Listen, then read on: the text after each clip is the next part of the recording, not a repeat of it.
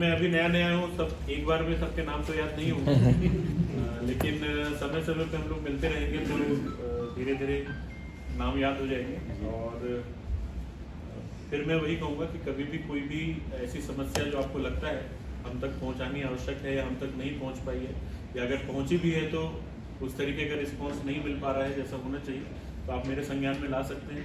मेरा जो official SP दुर्ग का नंबर है 9479192002 वो होगा आपके पास। उसमें व्हाट्सएप भी है, उसमें भी आप व्हाट्सएप दे सकते हैं। मेरा पर्सनल नंबर भी आप नोट कर लें, कई लोगों के पास है 9479141200।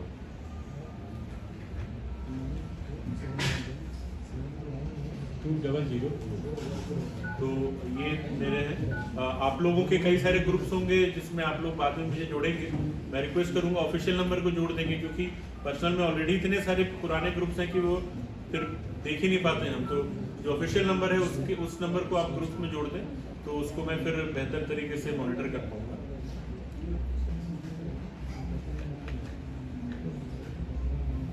सर अभी तक आपने कांकेर में, कोरबा में और भी बहुत सारी जगहों पे सेवाएं दी हैं। कोरबा में मैं मतलब पुलिस में नहीं था, मैं वहाँ बालकों में था और उससे पहले मेरी पढ़ाई हुई थी कोरबा में।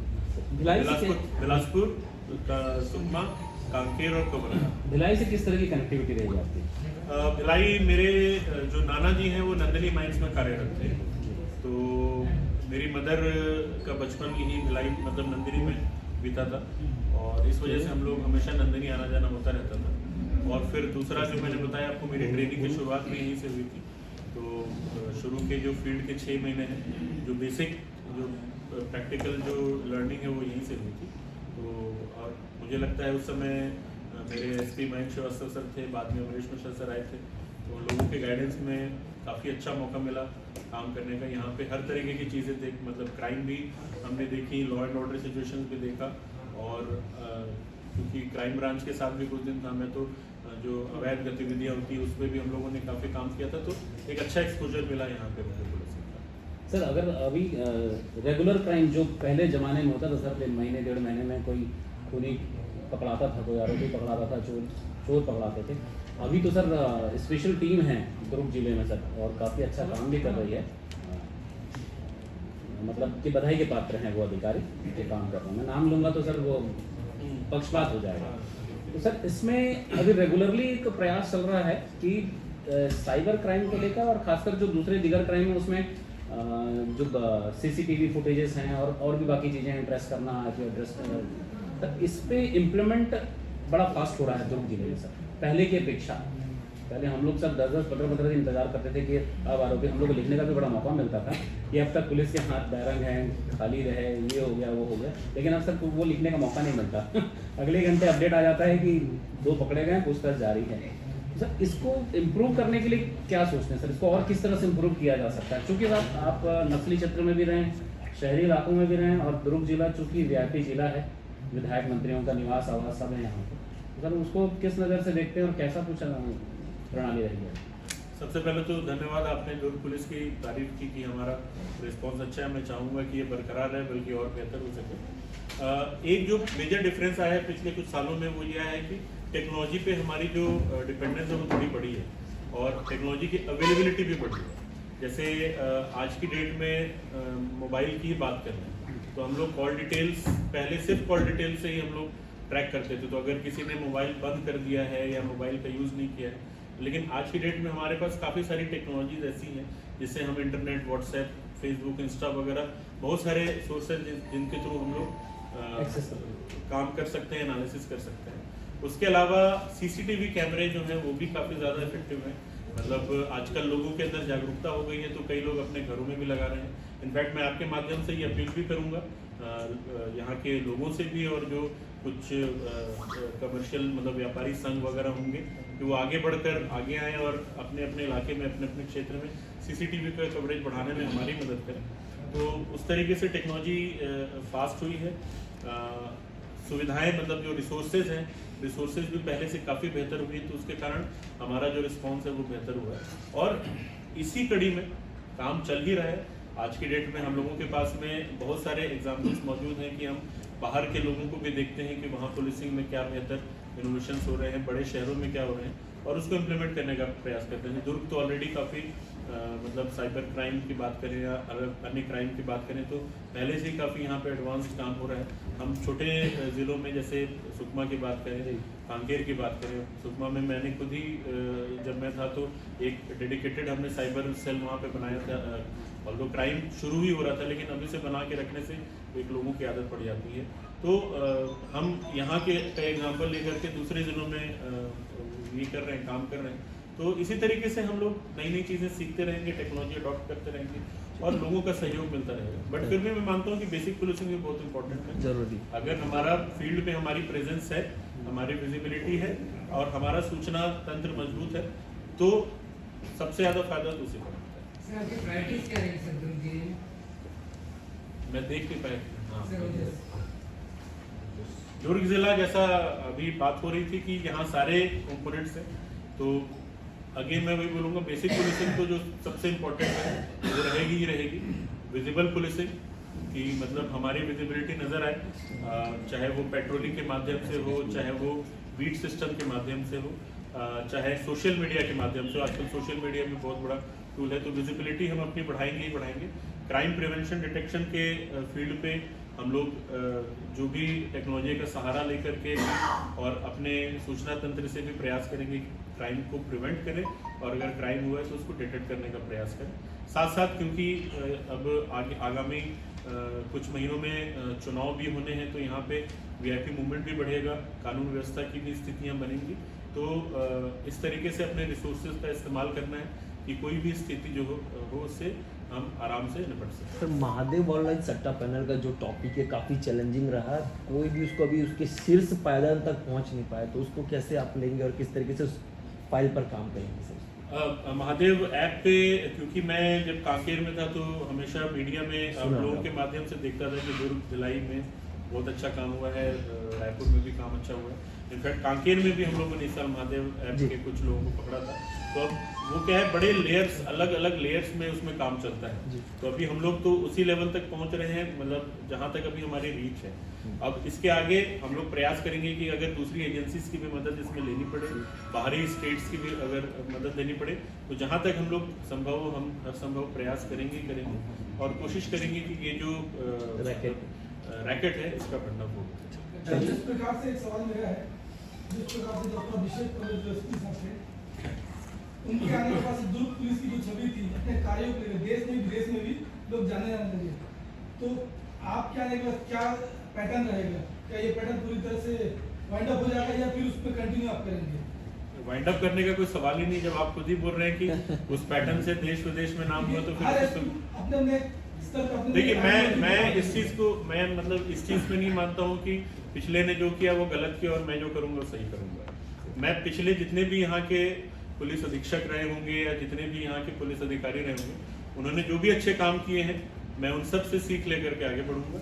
और अगर कहीं पे कोई कमियां रह गई हैं तो उसको भी प्रयास करेंगे कि बेहतर सुधार किया जा सके। सर पूछने का मतलब ये था कि बार बार जो प्रेस कॉन्फ्रेंस किया जाता था, तो वैसे आप भी करेंगे या फिर पैटर्न चेंज हो जाएगा? जब हमको सफलता मिलेगी प्रेस कॉन्फ्रेंस करेंगे क्योंकि हमारा जो काम है वो आप लोगों के माध्यम से हाईलाइट होता है। Okay sir. सर इंजीनियरिंग से आप पुलिस में आए हैं, कैसे मतलब पुलिस में आने का ख्याल मन में कैसे आया? बेसिकली इंजीनियरिंग करने के बाद, जैसा मैंने बताया, मैकेनिकल इंजीनियर के तौर पे मैं काम कर रहा था और स्पेसिफिकली पुलिस नहीं, सिविल सेवा की जो परीक्षा है, यूपीएससी की परीक्षा देने की इच्छा जाहिर हुई।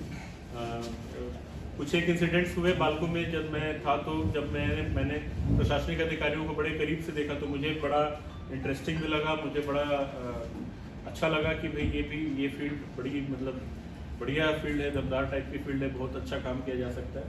तो मन में भावना जगी कि एग्ज़ाम की तैयारी करते हैं। तो नौकरी, मैंने जॉब से इस्तीफा दिया और फिर मैं तैयारी करना मैंने चालू किया और फिर चौथे प्रयास में मुझे सफलता मिली और सफलता मिली तो रैंक जो मिली उसके हिसाब से मुझे आईपीएस मिल रहा था और मतलब मैंने खुशी खुशी IPS की जॉब ज्वाइन की। छत्तीसगढ़ कैडर ही क्यों चूज किया? मेरा होम कैडर है तो इसलिए पहला चॉइस तो छत्तीसगढ़ ही था।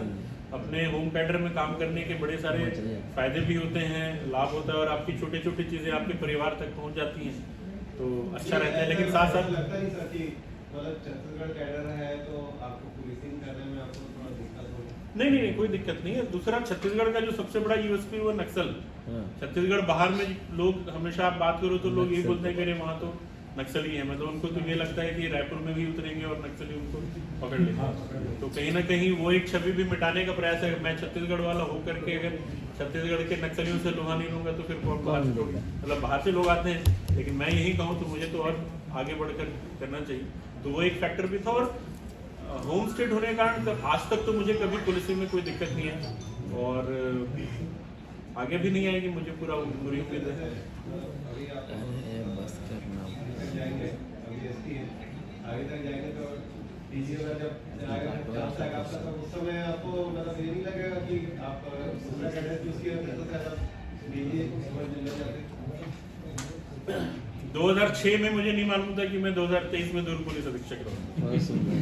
मैं उस समय जब इंजीनियरिंग करके निकला था तो मैं अपने आप को एक मैकेनिकल इंजीनियर के तौर पर देखता था। तो अगले 4 साल 5 साल में क्या होना है वही नहीं मालूम है। तो आगे का जब होगा, ओके सर, थैंक यू। जब होगा तब देखा जाएगा। अभी ये पूछना, धन्यवाद आप सभी इस परिचयात्मक बैठक में आए। और चूंकि यहाँ से ज़्यादा अच्छा अगर हम डिनर का समय आ जाए उससे पहले हम ब्रेकफास्ट में चर्चा करें तो आपस में औपचारिक चर्चा ज़्यादा अच्छे से हो पाएगी। सर आज पूरे थाना प्रभारियों की आपने पहली बैठक में क्या निकल के आया मुझसे चर्चा में थोड़ा सा आपको? अभी जो बैठक थी वो खाली इंट्रोडक्टरी बैठक थी जिसमें एक तो सबसे परिचय भी लिया गया, सबके क्षेत्र में भी क्या कुछ समस्याएं या कुछ इश्यूज हैं, क्या कुछ मेजर आगे आने वाले कुछ उसके संबंध में जानकारी ली गई। और मैंने वही प्रायोरिटीज जो आपको बताई उनको भी बताई कि वही बेसिक पुलिसिंग में हम लोग ध्यान देंगे और काम तो अच्छा चल ही रहा है यहाँ पे, उसी काम को और बढ़ाना है और बेहतर करना है। और साथ साथ रिस्पांस, मतलब पब्लिक का मेजर जिस चीज़ पे मेरा फोकस है कि पब्लिक को हम त्वरित रिस्पांस दे सकें ताकि उनको जल्दी से जल्दी नहीं और ज़्यादा से ज़्यादा पुलिस कनेक्ट हो। एक तो सबसे मेन तरीका है जो आजकल मोबाइल नंबर सबके पास में कोई कभी भी कॉल कर सकते हैं। सोशल मीडिया में भी दुर्ग पुलिस की अच्छी खासी उपस्थिति है, चाहे वो फेसबुक हो चाहे व्हाट्सएप हो।